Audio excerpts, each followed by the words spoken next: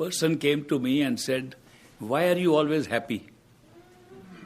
I was very surprised at the question. Don't we want to be happy? He said, if you are happy, you can't be on a spiritual path. That we hear some spiritual teachers say that this world is for suffering, and unless you suffer, you can't find your true home back. I said, I didn't know that you can't happily go back, that you can't be happy and can't go back. Sometimes we misread what the teachers have said. Obviously, that person was quoting from a Buddhist text, which was taken from the Jatakas of Buddhism.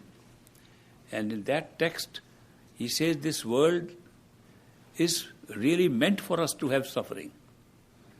And what was meant was that unless we see suffering, we cannot appreciate happiness.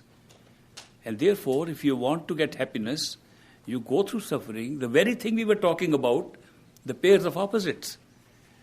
It did not mean that you have to create suffering in order to be on a spiritual path. It did not also mean that the spiritual path only means what is beyond this life. Don't we realize the spiritual path is a path of the spirit, of our soul, of our consciousness. It's in progress right now. It doesn't start from somewhere else. It's on its way right now. The spiritual journey is on. It starts when we start seeking our true home. The moment we have that feeling, we are done with this, we had enough of it, this was an experience, but now we want to go home, the spiritual journey starts. The spiritual journey has many phases, and many of those phases take place right here while we are outside in this physical world. For example, people say strange things happen by coincidence. What is coincidence? A coincidence is a mark of a milestone taken on the spiritual path. Coincidences are no accidents. People who have been seeking for the true home and moving in that direction have found these coincidences, strange events happening at the same time, unexpectedly, improbably, which are happening, are a guide to us what next step we should take on the spiritual path. These are coincidences happening in outside life.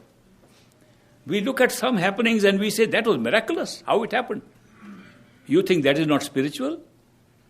Spiritual stuff takes place both inside and outside.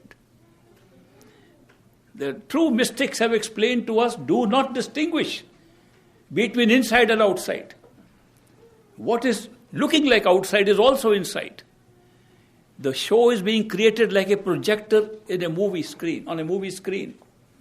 When we go to see a movie and we sit in the auditorium, we watch the screen. There are no characters on the screen. There is nothing but shadows on the screen. And the shadows take the form of characters. The shadows create the drama for us outside. And we never realize that the shadow is coming from something behind us. We never look back. We look in the front, on the screen. Little realizing that the movie we are seeing is already filmed up, is already there on a film. It is lying behind us.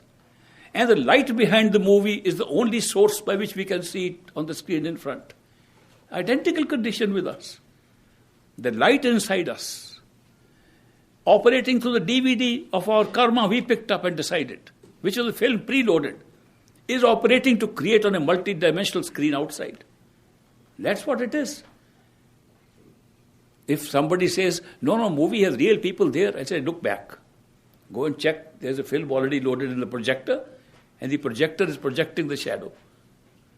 And they can see it.